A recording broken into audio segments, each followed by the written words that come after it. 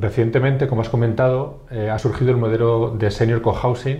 ¿Y qué valoración se hace desde Concovi de ese modelo? Mira, el cohousing es algo que va a costar, al menos el cohousing que defiende Concovi. Es un término que además es un término que no está definido todavía. Cohousing, 2 puntos, definición de cohousing. Aquí cada uno habla del cohousing a su manera, ¿de acuerdo? De hecho, fíjate, es un término que no me admitió el Ministerio de Fomento en las consultas que nos han hecho al Plan Estatal de Vivienda 18-21, que sabéis que se aprobó el pasado 9 de marzo, porque no está definido el término de cohousing. Entonces hemos tenido que definir qué es cohousing para Concovi, que eso es lo que voy a intentar explicar. Y lo que nosotros buscamos, como siempre apuntamos tan alto, pues es un sueño o es un hito que no sé cuándo alcanzaremos, hay que reconocer.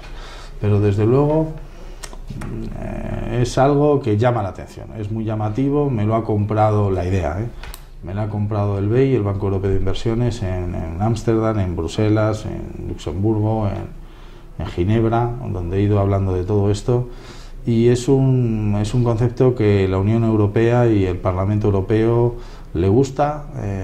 Nosotros hemos trasladado al Estado y a los ministerios de los que debería depender, porque no solo vivienda depende de vivienda, vivienda depende de Hacienda también, vivienda depende de empleo, vivienda depende de medio ambiente, de industria, pero el cohousing al que yo aspiro, a que los profesionales que trabajáis al final y que sois lo que lo haríais posible, es un modelo de proyecto en el que cuando alguien leyera la memoria de calidades de un proyecto que nace con esa base, no se rehace, sino que nace, pues podría leer el tipo de carpintería que tiene, como estamos todos acostumbrados, si tiene o no alarma, si tiene o no puerta blindada, si tiene tarima o tiene parqué o tiene...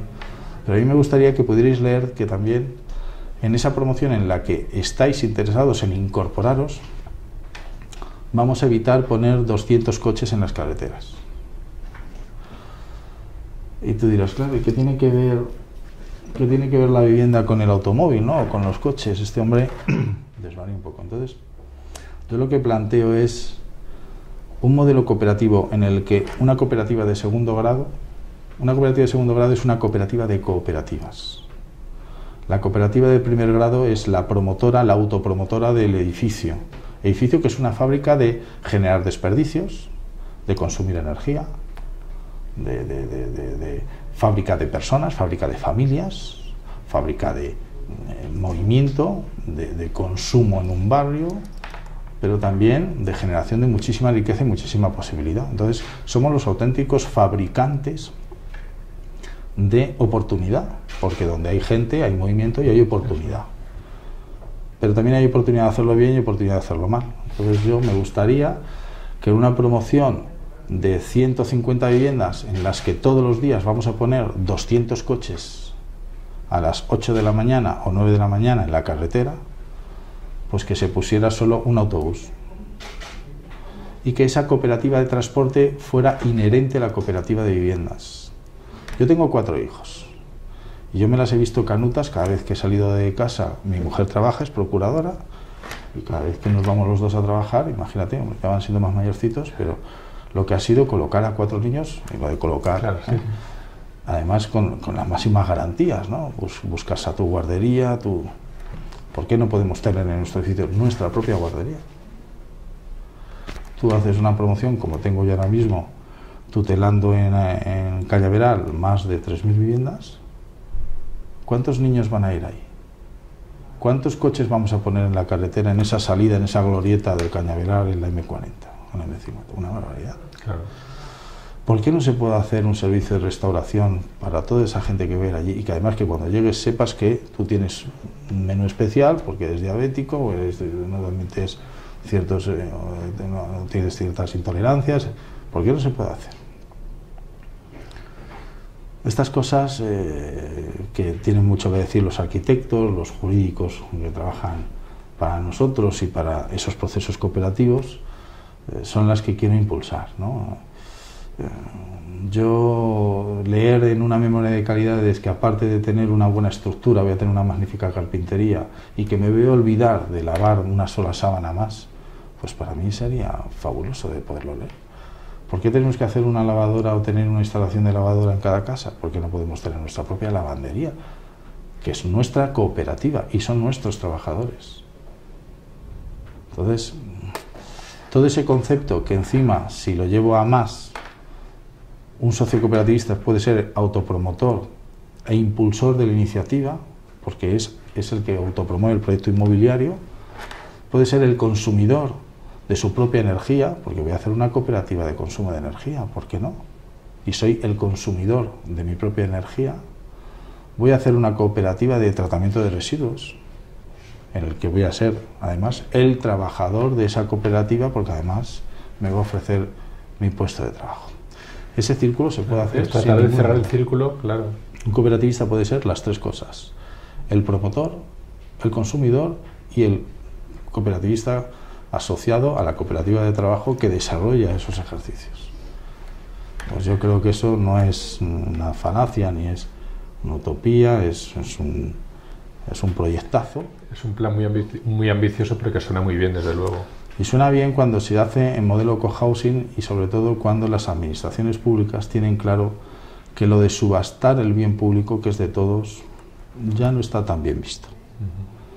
Ya las subastas, los concursos de los suelos que son de todos, si está muy claro y muy justificado que es para cumplir una función social, se entenderá. Pero si esa enajenación del bien público se hace para que quien lo compre haga su renta o mejore su cuenta de resultados, a lo mejor no está tan bien visto.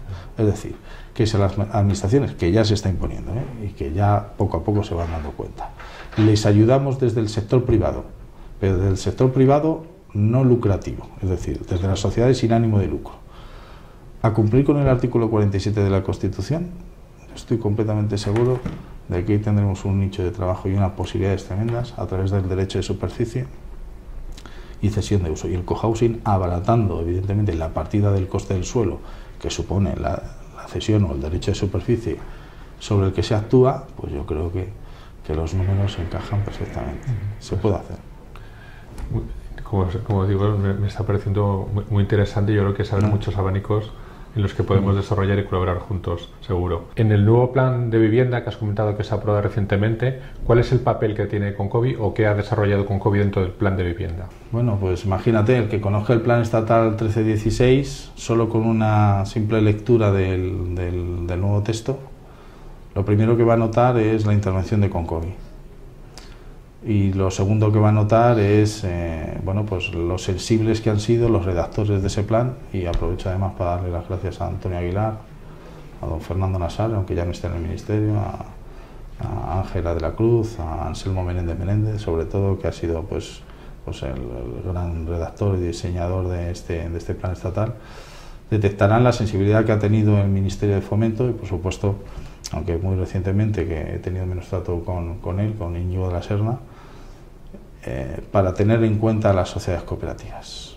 O sea, que son conscientes de que está en auge y está adquiriendo importancia. Las cooperativas están llamadas a atender el 50% de la demanda de vivienda de este país.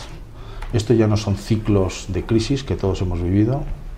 Yo conozco perfectamente esos ciclos y por qué los ciclos van y vienen, pero yo creo que hemos acabado ya con esa tendencia. El ciclo cooperativo no es un ciclo en el que las cooperativas en época de crisis proliferan, son más potentes, son más fuertes, o sobre todo son las encargadas de resolver la papeleta que otras burbujas y otros intereses, evidentemente, repito, legítimos pero a veces inconfesables, pues han provocado. No, yo creo que ya las cooperativas están porque es bueno que estén, porque son necesarias que estén siempre, no en el ciclo de, siempre tienen que estar.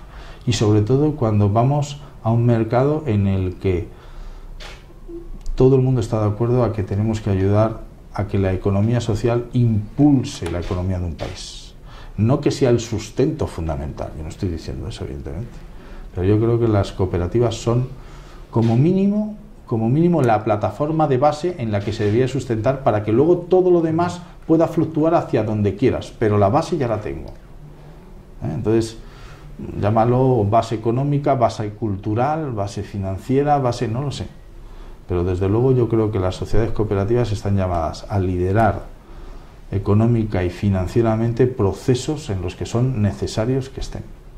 Entonces, bueno, pues esperemos que el plan estatal, que sí recoge ya la actuación directa y concreta de las sociedades cooperativas, teniendo en cuenta que sabes que la gran parte del plan estatal se basa en apoyar el alquiler y la rehabilitación, aunque ya han incorporado también la ayuda al acceso a la vivienda, a la compra de la vivienda. La rehabilitación, en el plan anterior, que también lo apoyaba de una manera incondicional, no se dio cuenta nadie, el Estado, de que hablar de rehabilitación era hablar de gente, hablar de personas. Y si además queremos rehabilitar, que no reformar, es decir, queremos rehabilitar de forma integral un edificio o incluso un barrio, o incluso, como algunos alcaldes ya se plantean, quieren rehabilitar una localidad con un plan local de rehabilitación, eso se tiene que hacer de manera profesional y de manera organizada. Y las únicas sociedades organizadas profesionalmente que activan política social o que se basan en la economía social son las sociedades cooperativas. Es decir, que poner de acuerdo al del ático, al del tercero B y al del bajo A para que rehabiliten su edificio, que no reformen su caldera, rehabiliten integralmente su edificio, e incluso pretender que ese edificio se ponga de acuerdo con el otro edificio de al lado, dos comunidades de propietarios. De eso vosotros sabéis más que yo. Y tú eso se lo dices a la presidenta del CAF y a ti, y te dicen, venga, vamos a hacerlo. Pero, ¿y ahora cómo lo hacemos eso? Bueno, pues eso o lo hacemos con el apoyo del plan estatal y reconocemos que somos fundamentales vosotros y nosotros, o evidentemente aquí nadie se ha enterado de nada, porque para rehabilitar de una manera integral hay que hacerlo de manera ordenada y profesional. Rehabilitar 1.200 viviendas en el barrio de San José de Valderas, que me lo ha pedido, y estamos apoyados por el Ayuntamiento de Alcorcón y con David Pérez para intentar mejorar el funcionamiento de esas viviendas y la vida de sus ocupantes, supone 60 millones de euros. ¿Cómo lo queremos hacer? A nadie se le escapa que 60 millones de euros o se gestiona de una manera profesional y a través de una sociedad adecuada, o evidentemente las comunidades de propietarios o se organizan de manera profesional o no se van a...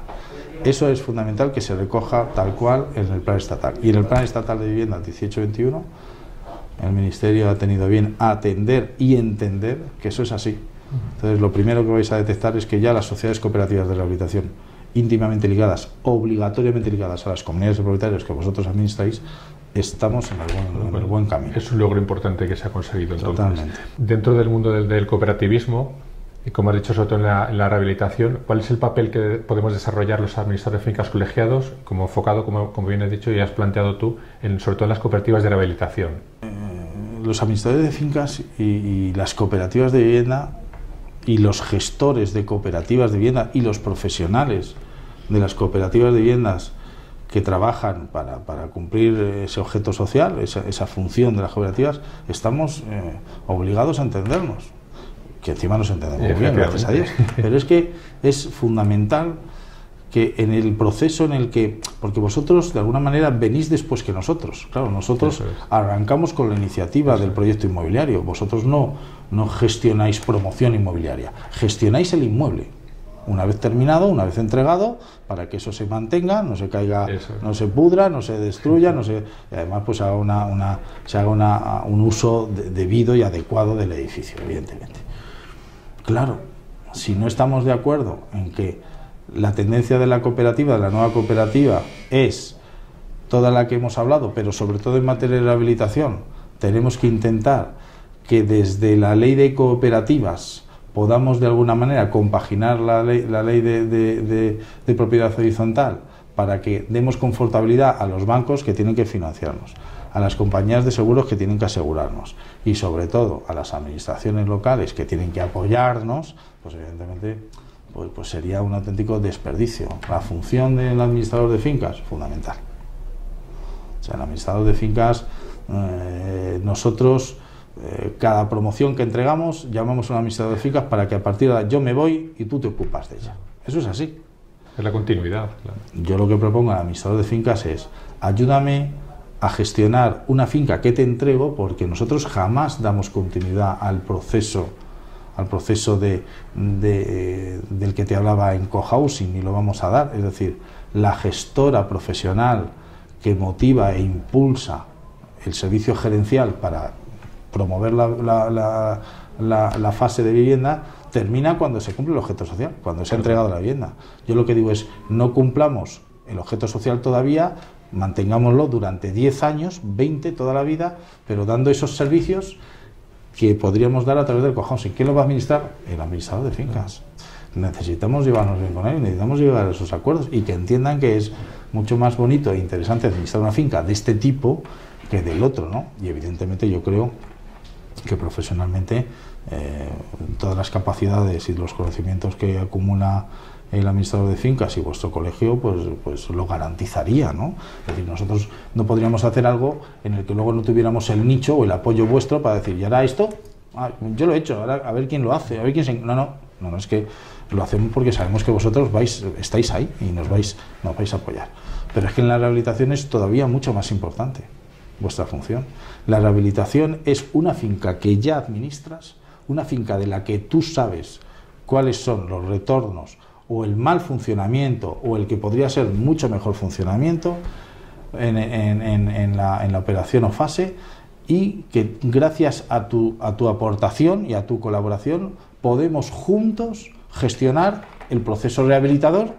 Evidentemente me toca a mí, pero tú te quedas después del proceso rehabilitador gestionando una finca mucho más eficiente, más respetuosa con el medio ambiente, y sobre todo vas a gestionar a una clientela en la que todos los meses ya no se gastan tanto, vas a tener una cuenta de resultados de tu cuenta de esa propiedad, que bien podría seguir siendo una cooperativa de rehabilitación, donde todos los meses vas a ver que ya no hay tanto gasto de gasóleo, que ya no hay tanto gasto de sistemas generales, de servicios, y que ese dinero lo vais a poder reutilizar para mejorar o ampliar partidas en las que el edificio cada vez va a funcionar más, hasta el punto que se podría alcanzar la cuota cero de aportación. Es decir, llega un momento en que los retornos o la generación de ingresos que podría tener esa fábrica, que no deja de ser una fábrica de consumir, pero también puede producir, se podría hacer, y de hecho se están haciendo ya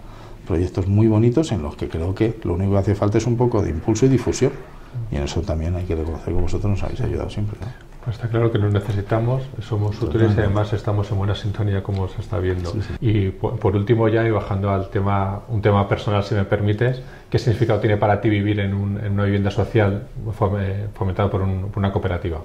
Mira, yo cometí la locura que hizo mi padre ya.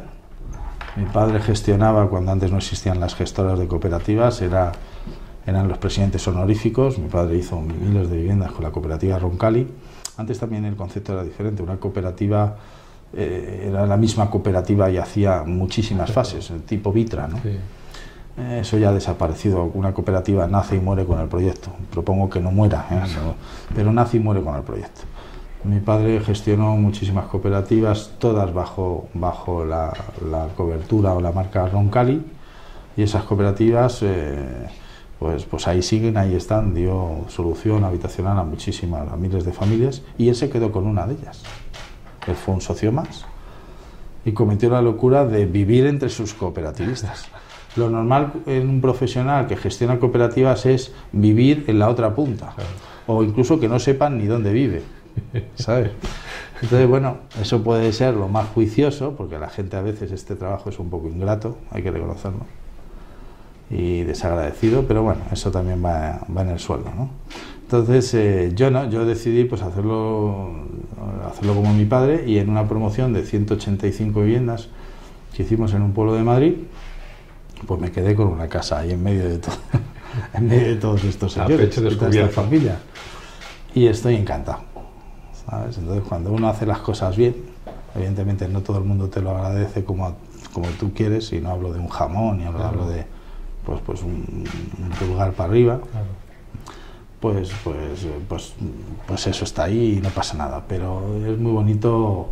Yo en mi caso concreto vivo en una cooperativa de viviendas que se entregó y se disolvió porque no estaba implantado esta idea de que ahora llevo arrastrando hace 3-4 años, una cooperativa que entregué como despacho profesional hace 9 o 10 años, y estoy feliz porque es la casa que me he hecho yo.